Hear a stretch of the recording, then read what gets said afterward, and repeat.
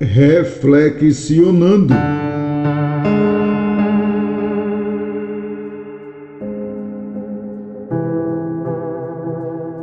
Estou seguindo a Cristo. Alguém pode dizer: estou seguindo a Cristo. Ele é o meu Senhor. Ele é o meu Salvador. Que meus pés somente vão onde os santos possam ir, e numa eternal canção minha voz se faça ouvir. A minha alma lava, ó Senhor, no teu sangue puro, e minha vida toma para ser tua para sempre, meu Senhor. Isto é muito bonito. É bonito ver quando uma pessoa assim professa sua fé e devoção ao Senhor. Viver para Cristo é uma dádiva celeste, a ponto do apóstolo Paulo dizer: porque para mim o viver é Cristo e o morrer é lucro. É bem verdade de que habitam sobre a terra milhões de cristãos verdadeiros, que abdicaram dos ardores da vida terrena para viver exclusivamente para Cristo. Isto é louvável e agradável a Deus. E em tudo isto, o nome do Senhor é glorificado. Esta decisão, quando tomada, modifica completamente a existência de um ser humano. Essa metamorfose, quando ocorre, contagia a todos aqueles que o cercam beneficamente.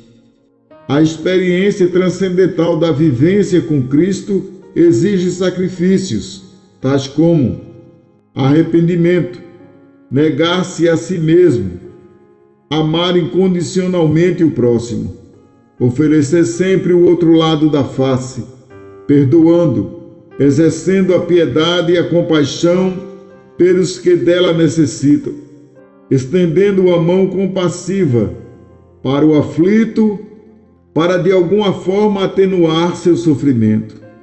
Então poderás dizer: estou seguindo a Cristo.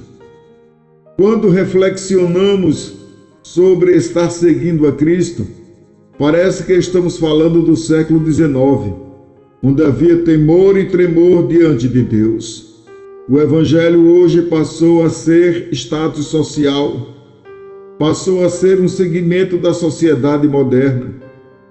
Antigamente, e há quem não goste quando a gente usa esse termo, antigamente, os cristãos tinham temor e tremor diante de Deus. E éramos chamados, rolutados, nomenclaturados, classificados como protestantes. O crente em Jesus era chamado de protestante porque protestávamos contra o pecado. A nossa espinha dorsal da pregação era combater, era mostrar ao pecador que o caminho do pecado que ele vivia, o final dele seria a morte. Era mostrado ao perdido que o caminho que ele vivia sem o perdão de Deus o levaria ao inferno. No entanto, hoje está difícil até identificar quem é cristão, quem é um crente protestante e quem é um pecador. Está difícil, devido à grande semelhança entre um e outro. Parece joio e trigo misturado e não temos a capacidade de discernir quem é um e quem é o outro. Pessoas que levam uma vida promíscua sem nenhum pudor usam os meios de comunicação audiovisual para dizerem que são cristãs.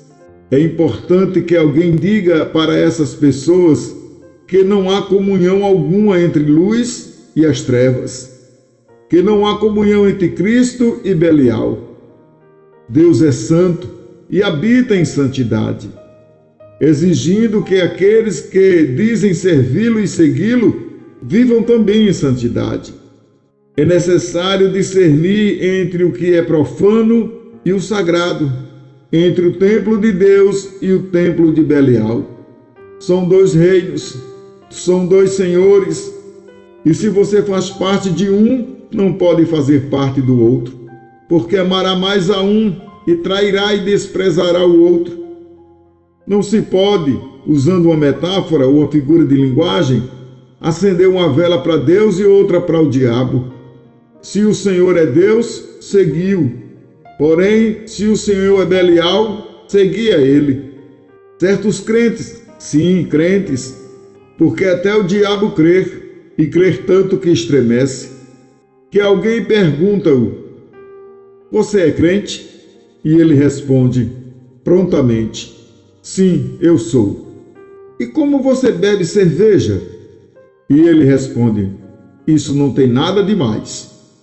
A outro perguntamos: você é crente? E ele responde: sim, eu sou. E como você é casado e tem amante? E ele responde: isso não tem nada de mais. Então esse crente desvirtuado pergunta para o pastor: pastor, eu posso servir a Deus fazendo essas coisas e outras mais? E o pastor responde: pode sim. Você só não vai poder fazer uma coisa. E ele rapidamente pergunta para o pastor: e o que é? Então o pastor lhe responde: você só não vai poder ouvir o som da última trombeta de Deus. Você só não vai poder participar do arrebatamento.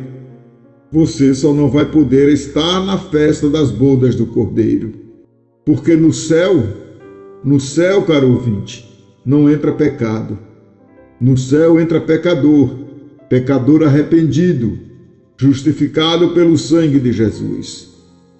Continue o injusto a praticar injustiça. Continue o imundo na sua imundícia. Continue o justo a praticar justiça. E continue o santo a santificar-se. Felizes são os que lavam suas vestes no sangue do Cordeiro, para que tenham direito à árvore da vida e possam entrar na cidade pelas portas. De fora ficarão os cães, os que praticam feitiçaria, os que cometem imoralidades sexuais, os assassinos, os idólatras e todos os que amam e praticam a mentira. Não se deixe enganar. De Deus não se zomba, pois o que o homem semear, isso também colherá. Quem semeia para a sua carne, da carne colherá destruição. Mas quem semeia para o Espírito, do Espírito colherá a vida eterna. Jesus está voltando.